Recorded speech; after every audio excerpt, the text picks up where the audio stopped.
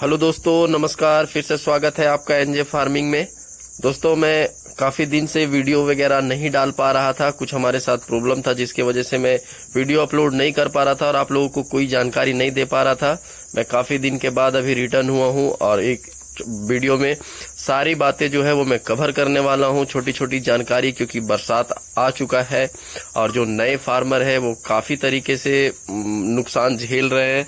तो मैं कोशिश करूंगा कि इस छोटे से वीडियो के माध्यम से मैं आपका थोड़ा बहुत जो है वो जानकारी दे सकूं और आपके फार्म में वो सक्सेस हो सके। तो और एक और बात है कि इस महीने में, जून के महीने में हमने और जुलाई के महीने में हमने कोई ट्रेनिंग नहीं लिया है और अभी हमारा जो है वो 30 तारीख से ट्रेनिंग स्टार्ट होने वाला है।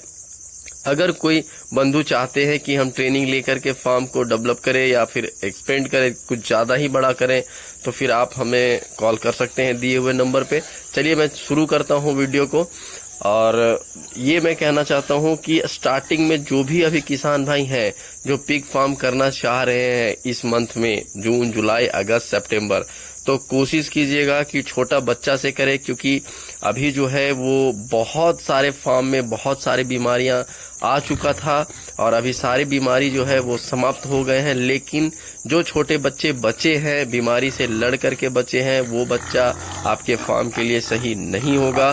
तो आप कोशिश कीजिए कि जो भी जानवर है वो छोटा बच्चा से शुरू कीजिए, ज्यादा बड़ा से शुरू मत कीजिए और प्रेग्नेंट मादा से तो बिल्कुल ही शुरू मत कीजिए। ठीक है किसान भाइयों।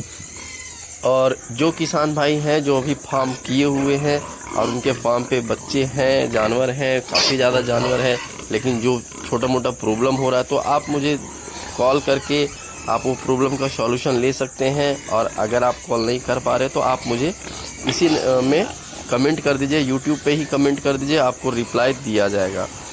और जो किसान भाई बीमारी से जूझ रहे हैं, जो छोटा छोटा बीमारी से जूझ रहे हैं, जैसे कि अभी जो बरसात का मौसम है, इसमें क्या है कि 3-4 बीमारी प्रमुख है। मैं सारी जानकारी जो है वो आपको इस वीडियो के माध्यम से कवर करने का कोशिश करूंगा।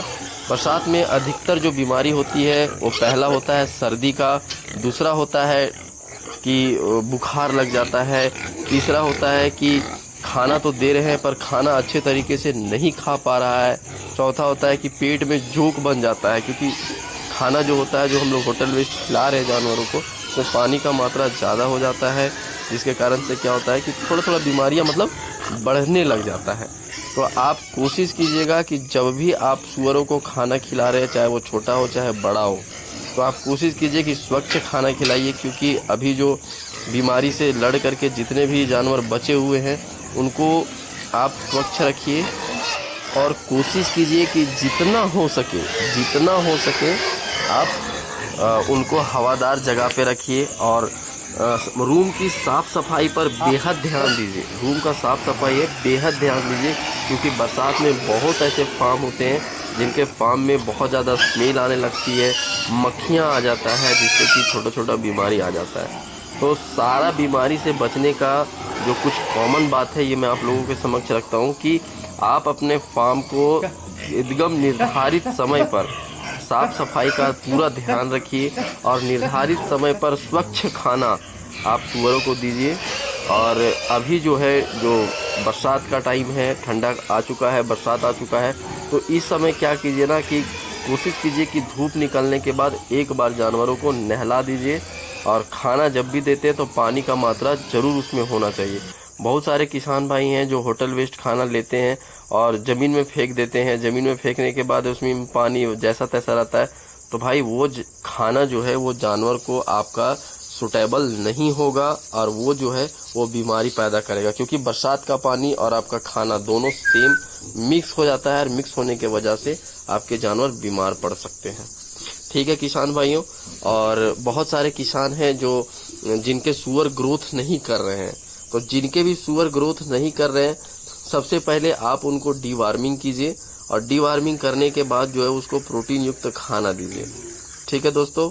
और खाने का मतलब ये नहीं होता है कि ड्राई फीड, हम ड्राई फीड दे करके ही सुअरों को पालन करें, ऐसा कहीं कुछ ये नहीं है कि हम जब तक ड्राई फीड नहीं देंगे तब तक हमारे सुअर ग्रोथ नहीं करेंगे।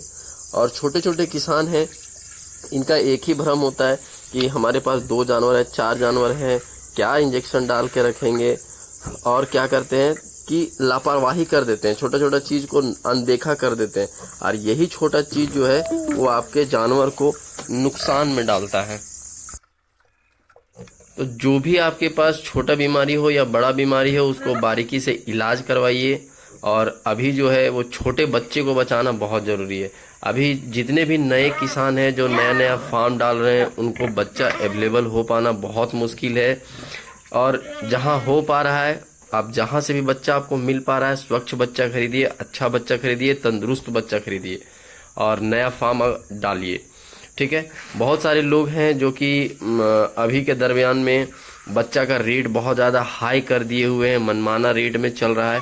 तो देखिए, जब माल का रेट बढ़ता है तो समझ लीजिए कि मार्केट में सुअर का कमी हो चुका है, तभी सुअर का दाम बढ़ रहा है। ठीक है किसान भाइयों, और आप चाहते हैं कि नहीं, आप और जानकारी लीजिए, और जानकारी आपके पास होना चाहिए, तो इसके लिए हम लोग जो है वो एनजे फार्मिंग के तरफ से आप लोगों को 2 बुक दिया जाता है। आप ऑल ओवर इंडिया में कहीं से भी आप ऑर्डर कर सकते हैं, आपको स्पीड पोस्ट के द्वारा आपको बुक पहुंचाया जाएगा। तो आप जो भी छोटी जानकारी लेना चाहते हैं हमारे फार्मिंग से, आप दिए हुए नंबर पे कॉल करके आप अपना जो भी जानकारी चाहिए आप ले सकते हैं। और हमारे पास हर प्रत्येक महीने में ट्रेनिंग होता है और होटल वेस्ट भी पहुंचा करके ऑल ओवर झारखंड दिया जा रहा है। एनजे फार्मिंग के द्वारा आपको ऑल ओवर इंडिया में, ऑल ओवर झारखंड में, ऑल ओवर इंडिया में आपको बुक दिया जाएगा, ऑल ओवर झारखंड में आपको होटल वेस्ट पहुंचा करके अच्छे रेट पे दिया जाएगा। ठीक है किसान भाइयों, आप अपने फार्म का ध्यान रखिए, और आप हमारे चैनल में अगर नए हैं तो हमारे चैनल को सब्सक्राइब कर लीजिए। आपको और छोटी छोटी जानकारी आप लोग को अब लगातार मिलता रहेगा। बहुत बहुत धन्यवाद आपका हमारे चैनल में बने रहने के लिए।